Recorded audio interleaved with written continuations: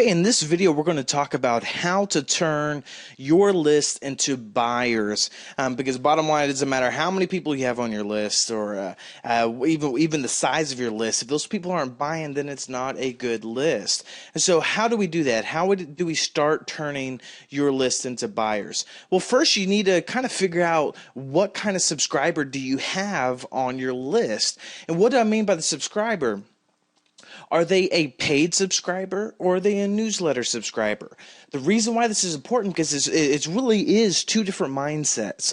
You have the newsletter subscriber who usually signed up because they want information. They want either updates to your blog or they want some type of free information. They're not really in the mindset of buying because they didn't buy anything to get on the list. A paid subscriber is somebody who did exactly just that. They just paid to get on the list. This could be either through a product sell or even through a $1 offer. It doesn't have to be a lot that they paid, but they just paid something to get on the list. And the reason why, whenever you set up your list, you want to keep these two groups separate. You know, it is good to have a free newsletter subscriber because, you know, you could get a lot of people that way. And it's really just about casting out a big net and getting as many people as possible, because ultimately, if you follow the email demon process, you're going to learn how to really start turning those free or the freebie seekers into paid subscribers. And the paid subscribers is really where you're going to be noticing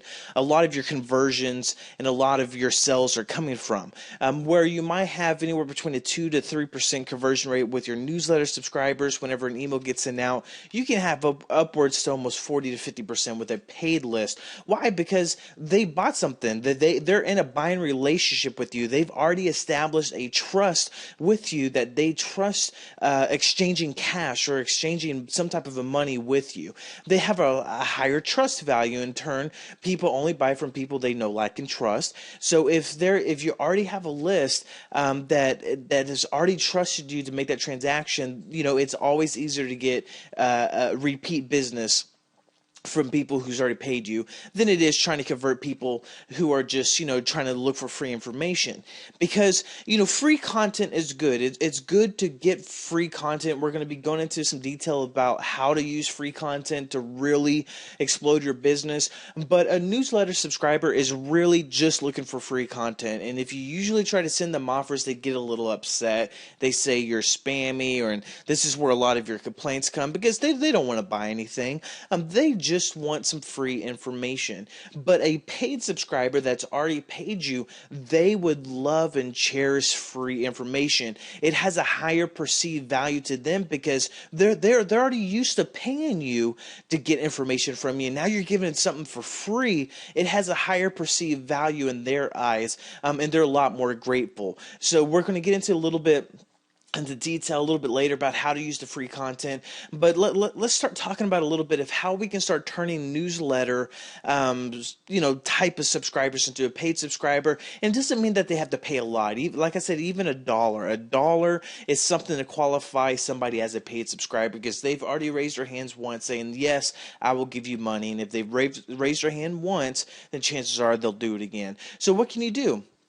You could basically create $1 offers to get as many people paid as possible. So the newsletter subscriber think they're looking for free information, so sending out maybe a $497 product, or even a $97 video training and stuff like this. That's a little bit of a stretch. You haven't established any trust for your buyers. But basically $1, that is a good entry-level barrier. That's a good entry-level price, just to get people used to buying from you, because really it doesn't really take as much or anything additional to sell a $1 item as it does a $1,000 item. It takes just the same amount of convincing. If you can get them to pull out their credit cards and feel safe with you, then ultimately you'll win the sale. So it's all about getting people to feel safe with you, and $1 is a good offer.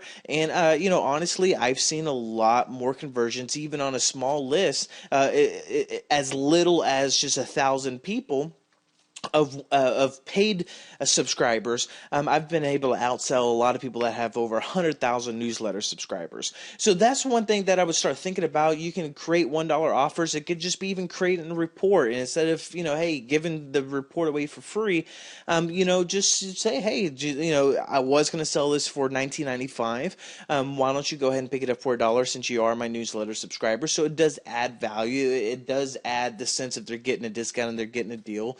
That will help the conversions, but ultimately you're just trying to filter in as many people to the paid subscriber status. So newsletter subscriber is still a good thing to have, because you're just casting that big net.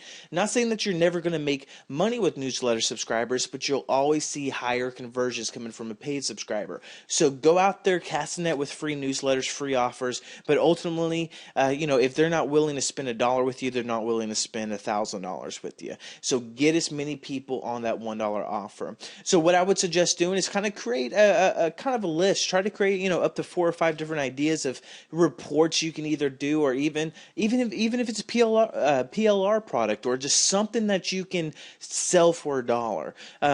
Maybe you already have a product. Well, what about sending a special discounted offer to your newsletter subscribers, the people that hasn't paid anything yet?